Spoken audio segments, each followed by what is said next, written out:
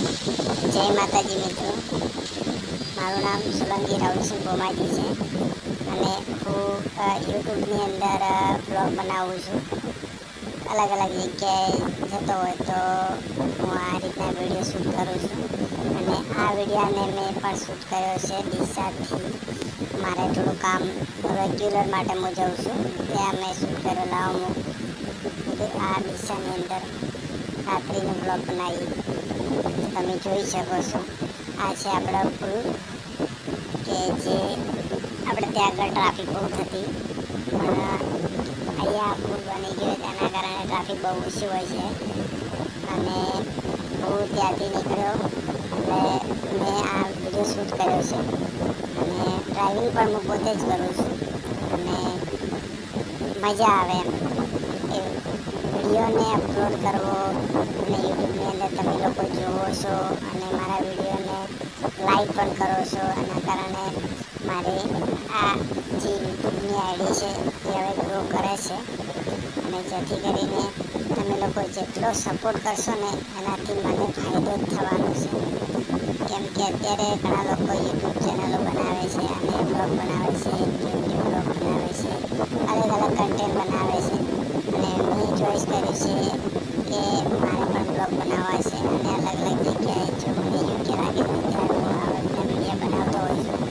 અને તમારા લોકોને બસ એટલું જ કહેવું છે કે વિડીયો તમારી મોબાઈલની અંદર જોવા મળે મારો તો લાઈક સબસ્ક્રાઈબ જો ના કરેલું હોય તો સબસ્ક્રાઈબ કરજો અને લાઈક કરવાનું ભૂલતા નહીં અને કોમેન્ટ તો જરૂર કરજો કે આ દ્રશ્ય તમને કેવું લાગે છે. આપણી સ્માર્ટ સિટી ડીસાનું છે જે તમે જોઈ શકો છો અત્યારે જે હું શૂટ કરી રહ્યો છું અને તમે લોકો જોઈ રહ્યા છો.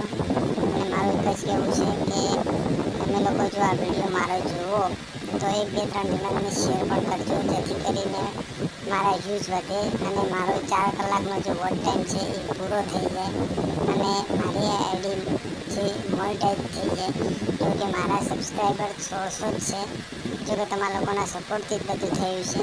કેમ કે યુટ્યુબની અંદર ખૂબ અઘરું કામ છે કે સબસ્ક્રાઈબ કરવા, પણ તમારા લોકોના સપોર્ટથી બધું જ થયું છે.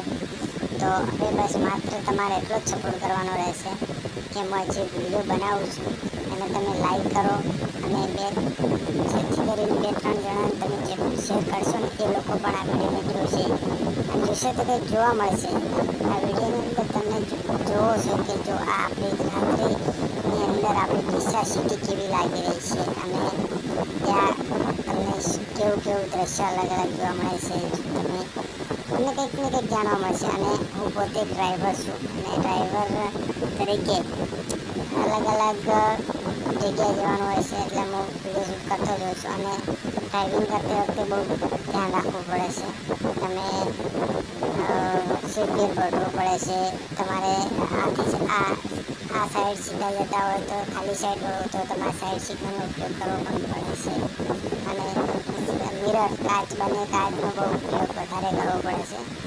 અને મેં છતાં પણ એકલો હતો છતાં પણ મેં વિડીયો શૂટ કર્યો. કેમ કે વિડીયોને અપલોડ કરો એમ કે તફન લોકો સુધી પહોંચે, તમે કંઈક જોવો, તમને નવું રાત્રે. અમુક લોકો બચારા ડીસા અમુક બહાર નીકળતા ના ગામડાના લોકો ખાસ કરીને રાત્રિના દિવસે રાત્રે તો જતા જ ના હોય કે રાત્રે કેવું લાગે છે, દ્રશ્ય કેવું છે સુંદર મજાનું તમે જોઈ શકો છો. અને તમે સારો આ બ્લોગ લાગે તો લાઈક તો કરજો જ, તો સારો ના લાગે પણ છતાં પણ લાઈક કરજો, જેથી કરીને મને થોડા ઘણો ફાયદો થઈ શકે અને અમારી ચેનલને યુટ્યુબ અલગ અલગ લોકો સુધી પહોંચાડવાનો આ વિડીયોને કરે એટલા માટે તમે લાઈક જરૂર કરજો. અને આ હવે હું લાસ્ટમાં જો કે આ છે હોસ્પિટલ હોસ્પિટલ છે બનાસ, ત્યાં આગળ પહોંચી ગયો. આ તમે જોઈ શકો ત્યારે ત્યાં આગળ હોસ્પિટલ છે. અને લોકો જે આપણે આ હાઈવે છે જે પાલનપુરથી સીધો જ જઈ રહ્યો છે પેરડીથી આગળ અલગ અલગ ગામ પણ આવતા છે ત્યાં જઈ રહ્યો છે. અને હું બસ હવે આપણે બનાસ નદીના પુલ ઉપર પહોંચવા જઈ રહ્યો છું. અને તમે લોકો ત્યાં આગળ લગભગ લગભગ આપણે જે નદી આવી રીતે તમે જોવા પણ નદી આવ્યા હશો. અત્યારે તો બસ વરસાદની મોસમ હવે ચાલુ થઈ ગઈ છે. વરસાદ આવશે એટલે વળી નદી આવશે, તમે લોકો ત્યાં જોવા આવજો. મજાનું દ્રશ્ય છે. આ બસ પુલ પર હું આવી ગયો છું બંને સાઈડનો, અને આ પુલ પાછો નવો બનાવ્યો છે, બાજુમાં છે, વચ્ચે એ જર્જરિત થઈ ગયો હતો, જો કે બગડી ગયો હતો, એટલે એને બંધ કરીને આ બીજો બનાવ્યો છે. અને તમે આ જો કેટલું અઘરું છે રાત્રે જે ડ્રાઇવિંગ કરવું બહુ અઘરું લાગે યાર. તમે આમ જો ને તો તમને કંઈ દેખાય જ નહીં એમ. સામેથી કે કંઈક આવતું હોય સાધન, તેની લાઈટો આપણે આંખો પડતી હોય એટલે કંઈ દેખાય નહીં. અને આમ હું પુલ વટે અને પહોંચી ગયો સામેની સાઈડ, છે કે આખો આ છે હાઈવે, તમે જોઈ શકો છો. આ ટ્રક જઈ રહી છે એ પુલ પર જાય છે, એનું સાઈડમાં જે આપણે આવે છે સાઈડમાં રસ્તો બનાવેલો આવે છે સર્વિસ રોડ, ત્યાં આગળ હું જઈ રહ્યો છું. અને તમે આ જો કેટલું અઘરું યાર હોય છે કે ડ્રાઇવિંગ કરવું, ઓવરટેક કરવો, આ તે સાઈડ સિગ્નલ આપી, ટીપર આપી, ગાડી આગળ પાછી ન જાય, એના માટે બહુ જ અતિશય ધ્યાન રાખવું પડે છે.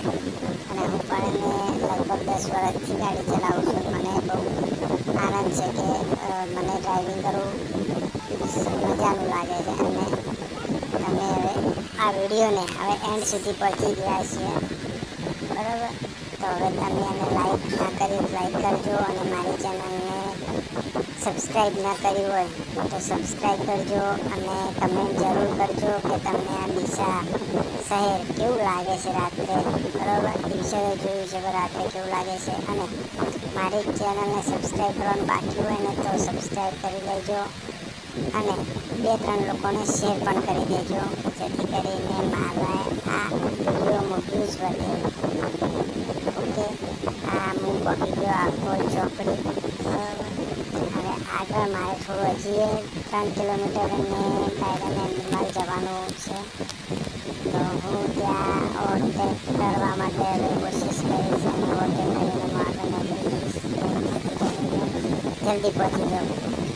તમે જોઈ શકો છો કે આ રાત્રે કેટલું અઘરું લાગે કે હવે જો આ સામે ગાડીએ કશું જ નહીં દેખાયું. હવે ઓવરટેક કરવો હોય આ તે ગાડી બ્રેક મારે, આ જો કેટલું અઘરું છે. જો તમે જોઈ શકો છો કે ગાડી ચલાવી બહુ જ અઘરી છે, છતાં તમે બહુ ધ્યાન રાખવાની તો કંઈ જ પ્રોબ્લેમ થતો નથી. ભગવાન સાચવે છે, પણ આપણે પોતે બહુ ધ્યાન રાખવું. ઓવરટેક કઈ રીતના કરવો, સામે જે આવે છે આ, અને રાત્રે તો તમારે લાઇટ ઉપર જ ચાલવું પડે છે કે આગળ તમે સાધન જતું હોય તો હોર્ન તો મારો જ છો, છતાં પણ તમારા લાઇટથી તમે એને સંકેત આપો છો કે હું ઓવરટેક કરું છું.